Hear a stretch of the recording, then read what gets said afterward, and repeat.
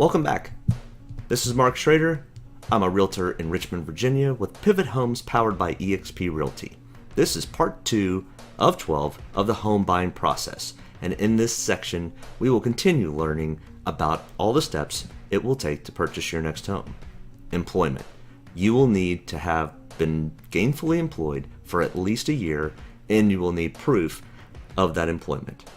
You will need to show that you've got enough income and can prove that you've got a way to pay for your new home. This can also come from things like alimony, child support, retirement payments, or annuities. You're going to have all the documents showing your income during this process.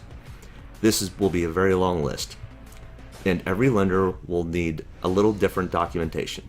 But in general, you will need to have 2 years of tax returns, 2 or 3 current paycheck stubs, bank account information statements from your bank accounts, and these could go back as far as a year and sometimes longer.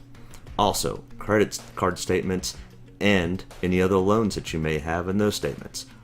They will also want to see any retirement accounts that you have and the statements from those.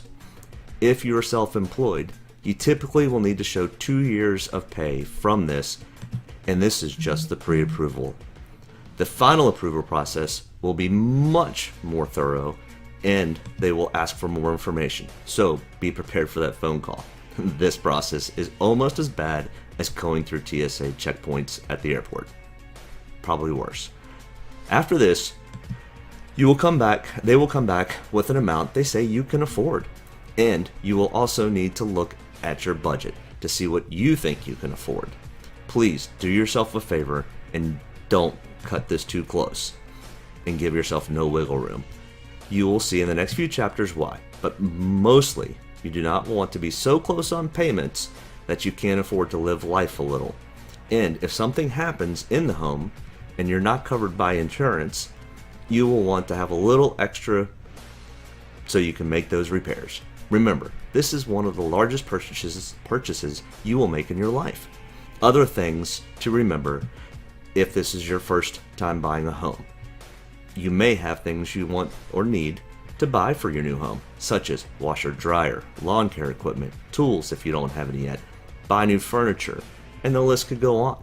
But it's always good to think about these items as you're deciding on a price that you can afford monthly.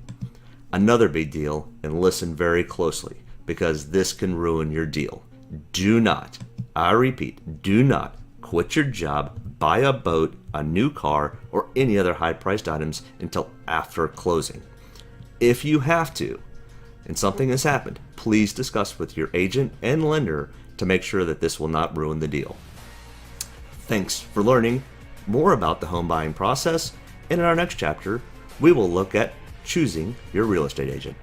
Thanks.